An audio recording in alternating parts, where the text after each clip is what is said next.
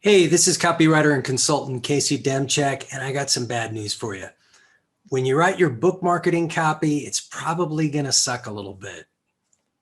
I'm just kidding. Actually, the first draft you write, or maybe even the second draft, isn't going to be all that great. And I'm not saying that to try to sound like a copywriting snob or anything like that. It's just that I've written the marketing copy for over 100 books, over 42 books that have been Amazon bestsellers. My first drafts are usually only kind of average, pretty good. What you have to do with your marketing copy when you write marketing copy for your book, do the best you can with the first or second draft and then revise it. Or as I like to say, you have to fix it. And to fix things, you need a toolbox. So what I'm going to do today is share some of my tools in my toolbox of how I fix copy. I'm going to give you 4 big tools today. There's a whole bunch of them, but I want to just give you 4 big ones today and that you can use to fix your book marketing copy. So when you write your initial draft of your copy and it doesn't seem all that great, don't freak out about it. I've had a lot of authors that I've worked with who've come to me and they said something like, Casey, my copy sucks. I need you to fix it. And or I need you to overhaul it. They think it needs an overhaul, and I'll look at it, and sometimes it does suck and it does need an overhaul. But usually it's what I can tell is it just needs to be fixed. Maybe they've written a first draft or two, and they just need to keep working it. So today I'm going to give you a few tools that are going to help you fix your copy, and we'll make it happen. So I'm going to share my screen with you. Get right to it. Okay, the example board. Let's make it happen. Tool number 1, use simple and straightforward headlines. I give this tip a lot and I can't give it enough. The most valuable real estate you have with your book marketing copy are your headlines. That is the most valuable real estate that you have. So you always want to put a lot into your headlines. Unfortunately, too many authors, when they're writing headlines, they try to be a little too fancy pants. They think they have to entertain people. And you don't. The goal of your headline is actually very simple. You just need to motivate readers to want to learn more about your book. It's that simple. You want them to bounce from the headline into your body copy, whether you're writing your back cover, website sales page, it doesn't matter. That's all you need to do with your headline is grab and engage people. And again, you don't have to be crafty, clever, or cutesy. Your job with your headline is not to entertain people. A lot of times when I'm working with authors, they get a little too wrapped up, watching television. We see all these consumer ads where a lot of headlines and buzz lines are there to entertain you. But just think about how many times you've watched a commercial and they got some zippy, clever headline, and then you kind of laugh or whatever. And then at the end of the commercial, you kind of think, what the hell was the product? So you don't want to do that with your book. All you need to do is grab your readers, get their attention, and drive them into your body copy. And often a clear, benefit-focused headline is what works the best. And the beauty of it is, you don't have to reinvent the wheel when it comes to headlines. There's a whole bunch of proven headline formats that you can draw from. And I'm going to just give you 3 right now, but there's a ton of them that I draw from when I'm writing marketing copy for books. First one, problem solution. Reverse your chronic pain without drugs. This could be a good headline for, a health book, a book about improving your health. And, this is a very simple headline, reverse your chronic pain without drug, but it implies a benefit. And it's something to get the attention of reader. They go, okay, how can I do that? And that's going to drive them into the headline.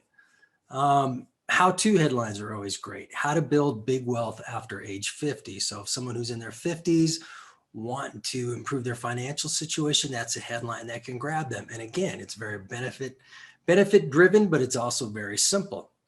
Provocative question headlines can be very effective. This is one that I used for a novel once about a serial killer. Could you find yourself rooting for a serial killer? That's a very provocative question. It's going to get people into the body copy. When you use question headlines, use something that's a little provocative. Don't come up like, do you want to lose more weight? Of course I do. Come up with something that's really going to get people to think. That'll bounce them into the copy to try to find the answer to the question. Second tool I want to tell you about, and this is a huge one. It's very simple, but it's a huge one. This is kind of a mindset thing. When you sit down to write your marketing copy, don't focus on what your book is about. Focus on what people will get out of your book. Too many authors, when they start writing their marketing copy, they want to describe what their book is about, and that's very understandable, but you want to kind of think differently. You want to think about benefits and what people are going to gain from your book. So when you start writing your marketing copy, focus on what people are going to get out of your book.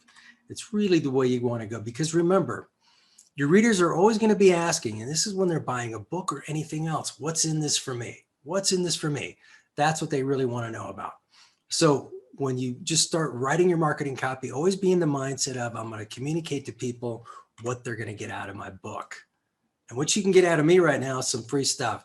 Just want to pause just for a second to tell you that in addition to this training video, I've got a free ebook I can give you. It's over at my website. All you got to do is go down to caseydemchak.com/secrets, or just click I've got this link in the description portion of this video. You can go down there and you can pick up my free ebook, 7 Must-Know Copywriting Secrets That Sell More Books. Again, you can get that off my website, or click the link in the description of this video. You can pick that up. A lot of helpful stuff in there for you. Okay, tool number 3. Make your copy what I call at a glance friendly, meaning you want to make your copy easy to read. To do that, you want to employ a liberal use of headlines, subheads, short sentences, very short paragraphs, and bullet points. This is going to create a lot of white space now in your copy, which is going to make it easier to read. I'll give you an example in just a second. That's my dog Ranger. He's very friendly, so he got in the at a glance friendly slide. He's real proud of that. Here's an example of at a glance friendly copy. This is, I think I actually showed you this copy last week in an example in my last video. This is from a book called You, the Divine Genius by Carol Talbot. But if you just take a glance at this copy, it looks quick and easy to read. It doesn't look like it's something you have to slog through. And if your copy looks like it's going to be easy breezy to read, more people will read it. The more people who read your book marketing copy for your book, the more books you sell. It's really that simple. I want to show you something else real quick. This little section here towards the bottom. Let me read this to you real quick. You, the Divine Genius, guides you through an eye-opening process by which you can shift up your energy, open up and start exploring life's unlimited possibilities, change your perception of who you really are. Carol makes it really clear that you have the hidden ability to promote the programs running at your subconscious level. Discover how to tell your new life story, one in which you tap into your unending power to manifest the greatest living version of you. These are benefits. So I'm telling you here what you're going to get out of the book. And if you look at this copy, it's very benefit driven, tells you what you're going to get out of the book. And by knowing what you're going to get out of the book, you know what the book is about. So when you write your marketing copy, again, tell people what they're going to get out of the book, and they'll know what your book is about. Here's copy that isn't at a glance friendly. This is what you see an awful lot, like on Amazon descriptions and stuff like that. You just see a chunk of copy. Now this looks like it would be kind of difficult to read through. It'd be kind of a slog. It's all jammed together. And the thing you may notice or not notice is this copy here is word for word the exact same copy as this copy. And this is well-written copy. This is a best-selling book. We got a really good result from this. So if that copy was well written, you have to agree that this is also well written. But which of the two are you more likely to stop and read? I'm going to say this one, just because it looks like it's quick and easy to read. So it isn't enough just to have well written marketing copy. You have to have a nice presentation. Like in a fine dining restaurant, your copy has to look easy on the eye. More people will read it. You'll sell more books. Tool number 4, when you're revising your copy and you want to revise your copy a lot, cut out common cliches and repetitive descriptors. Here's what I mean. How much book marketing copy have you read, or marketing copy for all kinds of things, where they use a lot of cliches like cut above the rest, or second to none, or my favorite, to the next level? It's going to take your career to the next level. We hear that all the time. What the hell does that mean? You don't want to do that. When you're writing your marketing copy, you want to look for, if you put cliches like this in your first or second draft, that's fine. But when you're polishing things up, you want to detail your copy. Think of that example I was just showing you for Carol Talbot. You didn't see any expressions like this. Now, they may have been there in my first draft, but you want to replace cliches with specific detail. Okay, so you always want to ask yourself, do I have cliches in my copy? And if you do, replace them with specific detail. You also want to ask yourself, am I using descriptive words like dynamic or innovative over and over again? If you're describing a business process in your marketing copy that's part of your book, or do you keep calling it innovative, you know, or cutting edge or something like that? Make sure that you're not using the same descriptive terms over and over again in your copy. That's a common mistake. And it's okay to do that again in your first or second draft, because your first and second draft could be a little crappy because you fix it with these tools. So, but just check that out. Make sure you're not using the same descriptive words. And if you are, replace them with something different. Okay, you can do this. You take these simple tools, and if you write, you know, if you've written a book, I always say this, if you've written a book, you can write marketing copy. You just need to know the tools and techniques.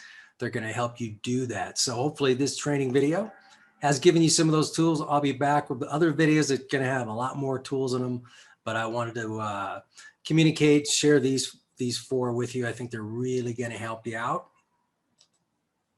So I hope these tools have been helpful for you. No matter where you're watching this video, why don't you leave me a comment? Well, if you're on YouTube right now, subscribe to my channel. You'll be alerted when new videos come out. And I've got another video coming up right after this one. So watch that. It's going to have a lot of more useful information and you can use to write killer book marketing copy. And when you're done watching that, I want you to do this. Like I always say, take a lot of action and make things happen. This is Casey Demchak, and I'll see you in my next video.